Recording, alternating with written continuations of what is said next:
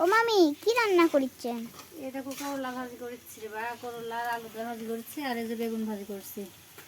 এ গরমে মাংস খাওয়া যাচ্ছে না, আর গরমে মনে মাংস খেলে বেশি ক্ষতি হবে শরীরের জন্য, সেজন্য যে করলা ভাজি করছি।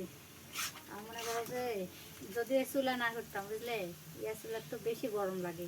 এই চুলা করে মনে করো খড়ি সাশ্রয়ী, খড়ি কম পুড়িচ্ছে। আর একটা ভাইয়া কমেন্ট করেছিল যে এই চুলা নাকি জ্বলে না, ওদের বলে ভাঙে ফেলিছে করে।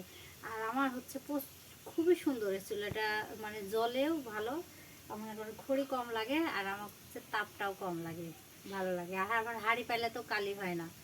এ হচ্ছে বন্ধু চুলা, বুঝলেন? আমার মনের মতো হয়েছে চুলাটা। কিন্তু এই যে বৃষ্টি আসলে, এই বৃষ্টির পানি পড়ে, এটাই হচ্ছে সমস্যা। নয়তো চুলা ভালো, জলে।